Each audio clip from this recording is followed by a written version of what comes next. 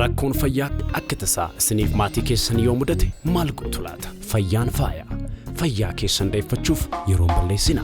Giddu galeessa bilbilaan tajaajila yaala fayyaatti argatta. 724 Yoko Doctor yaadadha. Kana booda dooktaroota muuxannoo fi beekumsa gurguddaa horatan waliin wal quunnamaa mana keessan keessatti bilbilaan yaalamaa. Furdina garmalee dhibee tasaa adda addaa waa'ee ulfaa fi gadameessaa dhibee daa'immanii fi waa'ee fayyaa keessanii kamiyyuu bilbilaan dooktara keessan waliin mari'adha.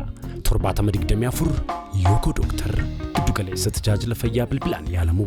Dabalataanis dhaabbata keenyatti dhukkubsattoonni bakka jirtan taatanii bilbilaan akka isin mana yaalaa itti yaalamtan filattan akkasumas beellama qabattanii fi tajaajila ambulaansii isiniif mijeessina.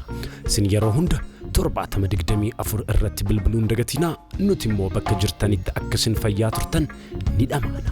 Yoko Doctor bakka jirtanitti